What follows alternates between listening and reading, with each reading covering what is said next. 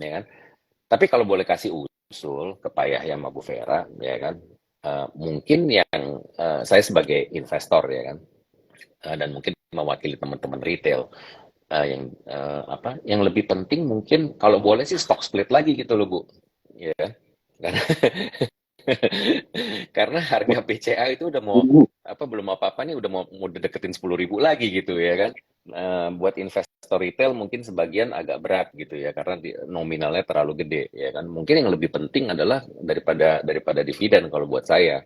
Yang lebih penting mungkin stock splitnya gitu loh.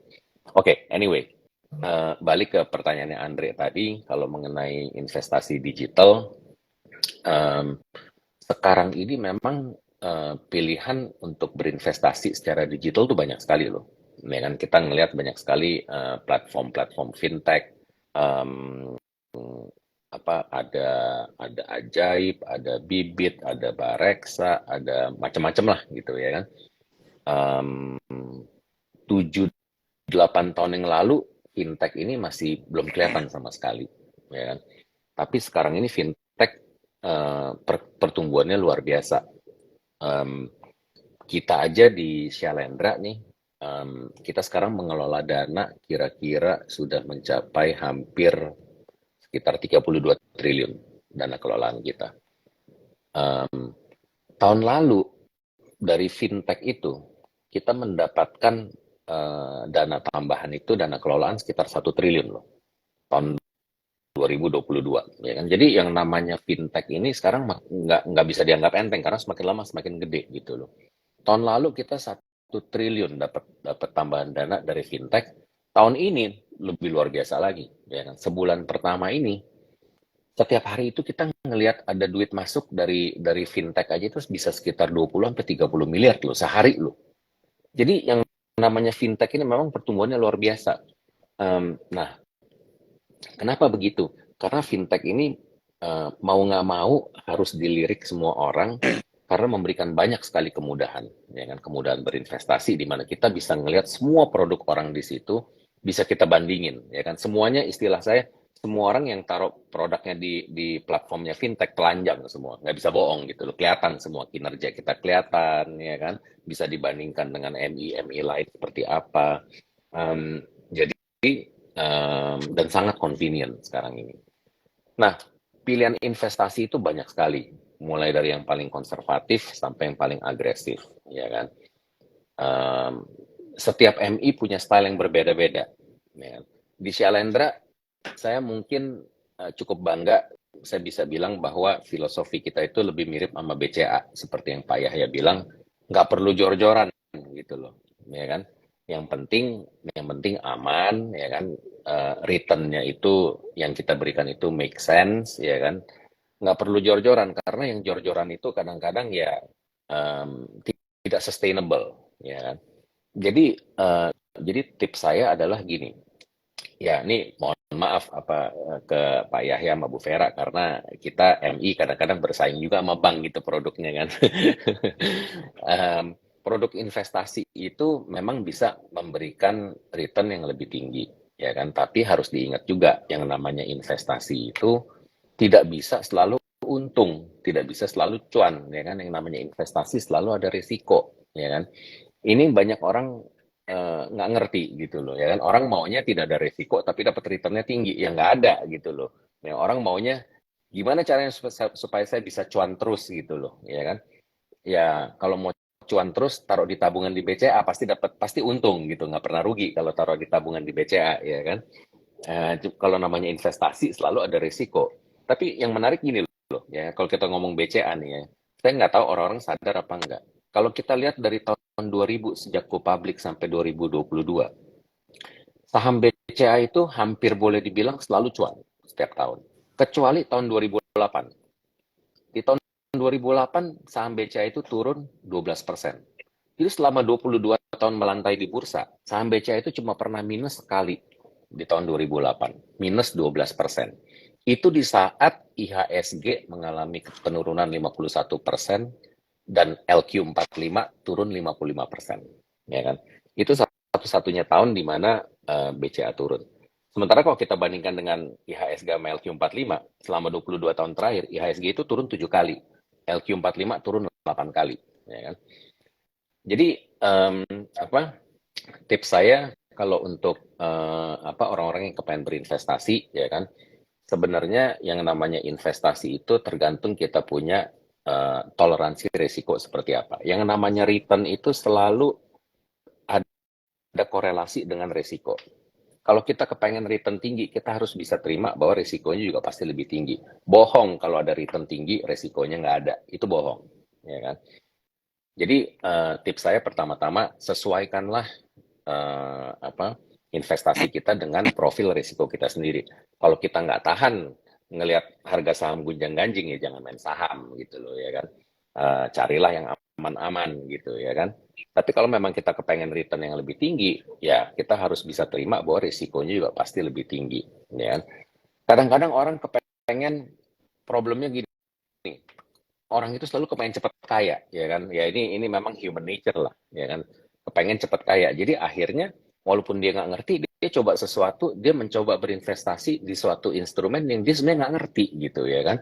Ya kita ngomong lah kalau misalnya tahun lalu gitu, ya kan, kripto, ya kan, orang sangat populer nih, ada kripto, ada NFT, ada robot trading lah segala macam, ya kan. Tapi ujung-ujungnya akhirnya karena nggak ngerti, banyak yang rugi gitu loh orang, ya kan. Jadi again, kayak saya bilang, kalau kita kepengen mau cepat kaya itu nggak ada gitu loh, ya kan. Kalau kalau Warren Buffett bilang, ya kan, semuanya itu ada proses, ya kan. You cannot produce a baby in 1 month by getting 9 women pregnant, kalau kata si Warren Buffett, ya kan. Tetap aja butuh 9 bulan gitu loh, ya kan. Mau kaya juga selalu ada proses menurut saya, ya kan. Cuma beberapa orang yang sangat-sangat hoki bisa kaya dalam waktu cepat sekali. Tapi realitanya selalu butuh proses, ya kan. Jadi tips saya adalah sabar, jangan neko-neko, ya kan. Jangan jor-joran kalau kata Pak Yahya, ya kan. Kita harus berinvestasi di sesuatu yang kita ngerti. Kalau kita nggak ngerti, udah jangan ikut-ikutan. Oke, thank Gitu you. sih. Insight is very helpful. Mungkin bagi teman-teman yang galau kok IHSG nggak tembus-tembus 7.000, kok kapan 7.000-nya gitu ya. Tapi BCA udah all time high terus. Kalau gitu kita ini nih, mungkin ada hadiah dari BCA. Mungkin untuk 5 penanya pertama bisa dapat 1 lot saham BCA. Mungkin dari teman-teman di sini bisa ada yang komen dulu, biar bisa ada pertanyaan mungkin ke Bu Vera, ke Pak Yaya, ke Pak Yos. Mana nih, belum ada yang nanya nih. Sambil Belum ada yang nanya. pertanyaan Pak Andre, kalau boleh sedikit saya tambahkan ya, Boleh, penjelasan Pak Jos boleh. itu hebat sekali tadi ya. Catatan aja Pak, BCA juga bagi interim dividen. Jadi tahun sekali, setahun 2 kali. Nah, sejarahnya kenapa? Waktu kita roadshow, kita lihat tuh banyak long term investors. Ya, seperti dari asuransi, dari pension fund, dari beberapa reksadana ya, asset management, dari university fund ya. Itu mereka tuh long term investment. Nah, mereka tuh suka kalau ada likuiditas. Jadi capital gain kan ya namanya saham ya, bisa naik turun gitu. Capital gain tuh bagi yang player ya, waktu dia tinggi dia jual, waktu murah dia dapat cuan di situ ya. Tetapi bagi mereka kalau hold untuk jangka panjang, mereka butuh at least cash flow masuk ya. Nah, ini menjadi salah satu kenapa banyak long term fund yang masuk di BCA. Nah, ini juga menyebabkan kalau yang BCA, saham BCA itu long term fund, mereka itu nggak cepat jual beli. Itu mengurangi likuiditas di market. Jadi hukumnya kan supply and demand. Kalau banyak yang pengen, terus supply-nya terbatas, harga jadi naik. Nah, itu salah satu juga karakteristik yang saya pelajari seperti itu. Dan ini menyebabkan kalau udah ada koreksi cukup banyak aja misalnya, itu langsung udah ada takernya. Orang takut ketinggalan kereta, karena banyak teman-teman juga yang beli, expect, wah di bawah 8.000 katanya. Nggak datang-datang di bawah 8.000. Itu udah 8250, 82 udah langsung beli lagi gitu. Jadi ya circle-nya begitulah kira-kira. Hanya sekedar tambahan aja. Oke nih ada pertanyaan menarik di question. Jadi nanti mungkin ini saya pilih ya. Mungkin bisa dicatat. Tim ini ada pertanyaan cukup bagus dari How saja.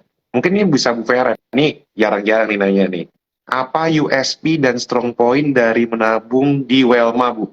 Nah ini kan Welma mungkin kalau baca berita SBR 012 laku di serbu retail gitu.